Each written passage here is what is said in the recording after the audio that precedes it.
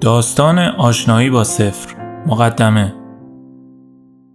در یک شهر کوچک و آرام، جایی که روزها همچون نسیمی ملایم از پنجره‌های خانه‌های قدیمی به جریان می آمدند، الکسی زندگی می کرد.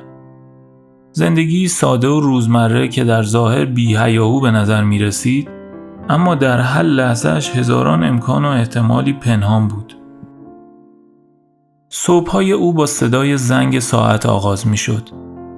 صدایی که همچون یادآوری از گذشته‌های دور او را به یاد روزهایی می‌انداخت که زمان با آرامش و سکوت در جریان بود.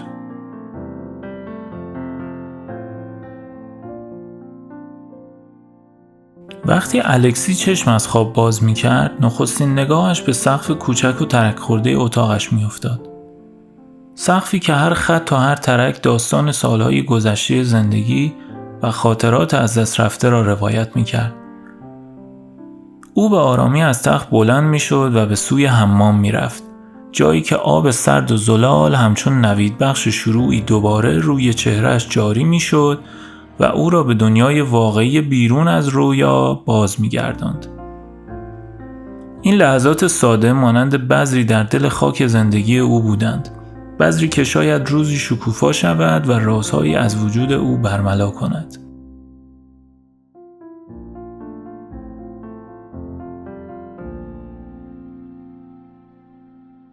صبحانه الکسی شامل نان تازه، عسل شیرین و فنجانی از چای داغ به همان سادگی همراه با عادتهای روزمره او سپری می شد. اما در همین هنگام ذهن او به تدریج از زنجیر تکراری روزها رها می شد.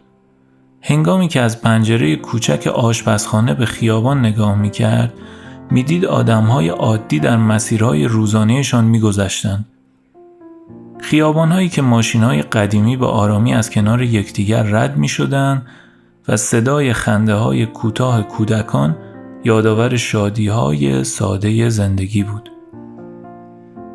ولی در دل این مناظر آشنا، الکسی همیشه حس می‌کرد که چیزی فراتر از آنچه چشم می‌بیند وجود دارد. چیزی در پشت ظاهر ساده روزمرگی، جهانی پنهان از احتمالات و رازهای کوچک.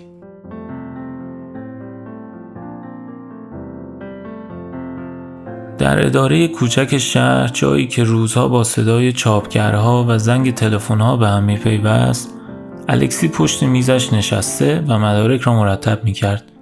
اما حتی در میان کارهای ساده، ذهنش به جزئیات کوچک اطرافش می‌نگریست. وقتی به یک نامه قدیمی چشم دوخت، جمله‌ای ساده اما عمیق در ذهنش طنین انداز شد. در هر روز عادی هزاران احتمال نهفته است.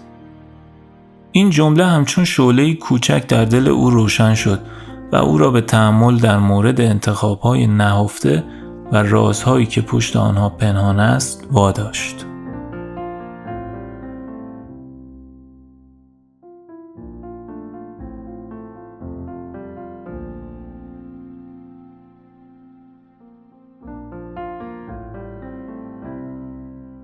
وقتی به پنجره اتاقش نگاه می‌کرد، نور خورشید به گونه‌ای نرم و ملایم بر سنگفرش خیابان می‌تابید و سایه‌های آن همچون خطوط ریز یک نقاشی ظریف در هم آمیخته بودند.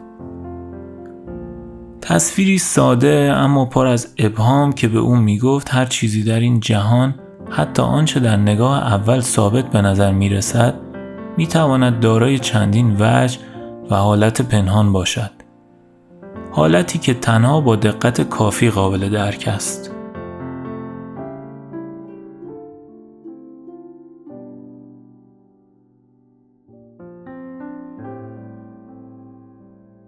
شب که فرا رسید و آسمان با هزاران ستاره می درخشید، الکسی در حیاط کوچک خانه نشسته و به افق نگاه می کرد. ستارگان هر کدام به شکلی مشخص و جدا از هم، همچون نقاطی از نور در دل تاریکی نمایان می شدند. نمایشی که به او یادآوری می کرد حتی در شبهای بی انتها همه چیز دارای مراتب و سطوح مشخصی از معنا و احتمال است. در آن لحظه او به این فکر فرو رفت که شاید کلید درک واقعی وجود در توجه به جزئیات و انتخاب‌های کوچک نهفته است. انتخاب‌هایی که به ظاهر ساده هستند، اما در دل خود جهان‌هایی از امکان‌های بی‌پایان را جای داده‌اند.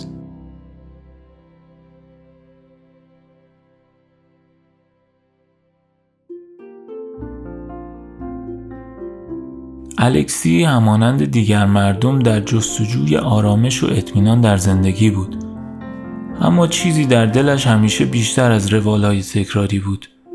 شاید او همیشه در جستجوی آن چیزی بود که به او نشان دهد زندگی تنها مجموعه‌ای از روزهای بی تحول و بدون تغییر نیست، بلکه اللحظه پر از انتخاب‌ها، احتمالات و رمزهایی است که تنها با نگاه دقیق و قلبی باز میتوان آنها را کشف کرد.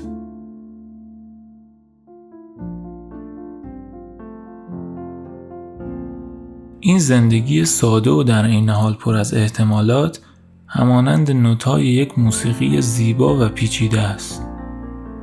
موسیقی که تنها با گوش دادن عمیق به آن میتوان هارمونی آن را درک کرد. هر قطع نور، هر سایه و هر صدای کوچک به مثابه قطعاتی از یک پازل بزرگ رازهای نهفته پشت ظاهر را آشکار می کنند.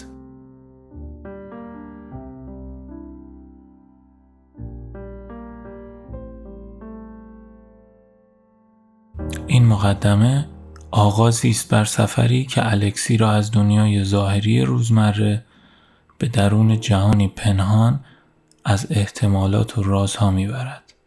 سفری که هر لحظه آن حامل هزاران امکان و انتخاب است و تنها با نگاهی دقیق میتوان آن را لمس کرد.